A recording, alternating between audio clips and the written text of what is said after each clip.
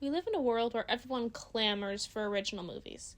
We beg the major studios for them on our hands and knees. We shake our fists at them, saying, "We're tired of all the sequels and remakes. Give us what we want." At the same time, we live in a world where we give the How to Train Your Dragon remake $1 bazillion and then burn Elio at the stake for being boring and for having rewrites. We trash A Big, Bold, Beautiful Journey for not being deep enough, but lose our minds over Across the Spider-Verse, which hid behind flashy animation, endless cameos, and themes that have all been done before. If it's just good, then it's bad. If it's not an 11 out of 10, it's not worth seeing. We eat up content of people trashing anything and everything, and then get confused about why movies don't excite us anymore. We are so numb to any kind of stimulation that when the media we consume doesn't leave us reeling from its artistic mastery, we feel nothing at all. Is this why everything is so dang dark now?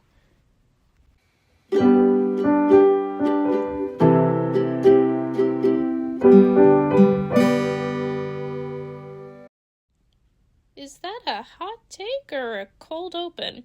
Sorry about all that. After so long of not posting a video, I come at the world swinging? Let's just say these opinions have been bottled up for too long.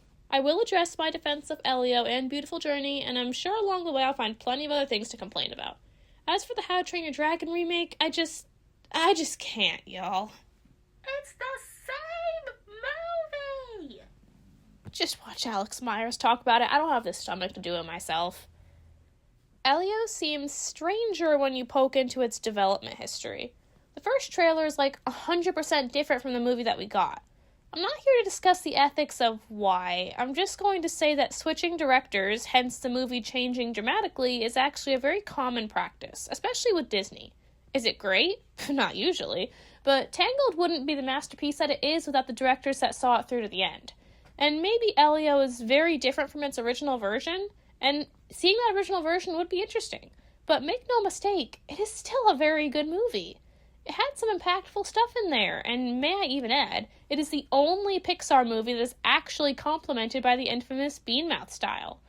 In a hyper-individualized culture that promotes single-mindedly following your dreams, even if it leaves you all alone, Olga's sacrifice at the beginning, giving up the astronaut program to raise Elio, and Elio's sacrifice at the end, choosing to go back to Earth with Olga instead of live with the aliens, it touched my heart.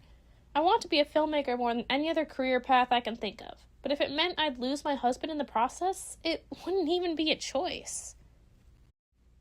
And I don't normally watch R-rated stuff, but A Big, Bold, Beautiful Journey's only offense was spamming the F-word more times in an hour than I could count, so I made an exception. I wasn't going into it expecting it to be as deep as the Pacific Ocean. I went into it expecting a sweet romantic movie, and that is what I got. When I wanted it to hit hard, it did, and while it's not common that I say this about movies outside my usual tastes, I told my husband that I would totally watch it again. Plus, it's got Margot Robbie. Like, what's not to love? And even media outside of my expertise. What about Days Gone? The Tortured Poets Department? Women's sports?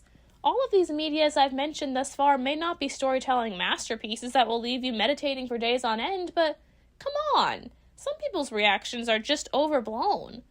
Do we have to like everything? No. Should we shut up if we don't like something? Also, no.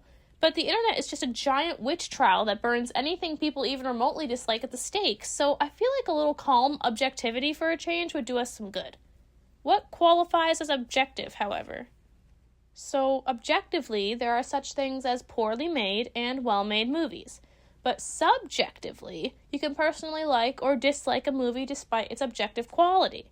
Movies like Casablanca, It's a Wonderful Life, even Across the Spider-Verse that I snubbed earlier in my opening rant, are movies with objective quality and good filmmaking.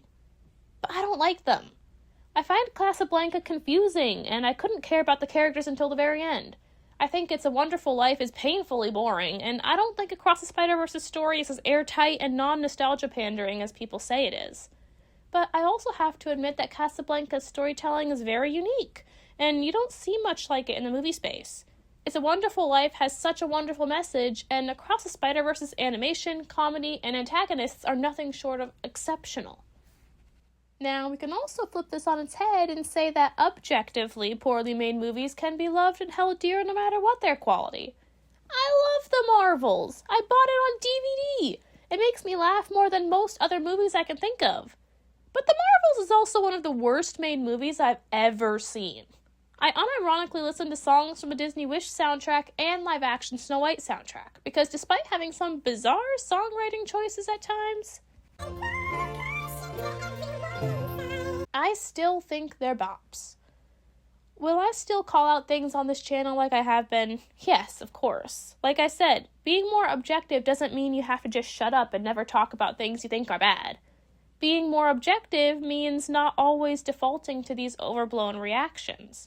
Sometimes, I'm sorry, something isn't the worst thing ever just because you don't like it.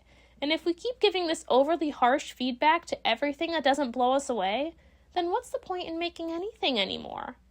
Have your opinions. Talk about your opinions. But keep in mind that the internet is a very negative place right now. And more than another movie bad video in the endless sea of movie bad videos, it could use a little positivity. About half of the video essays I kept up on my channel are negative at the moment, and my plan is to try to skew that ratio a bit as I pick up YouTubing again. Glad to be back. I have a small list of video ideas in my backlog, and we'll see how many I get to making this next year. See you all soon! Isn't truth supposed to set you free? But why do I feel so weighed down by it? If I could show them everything I've seen.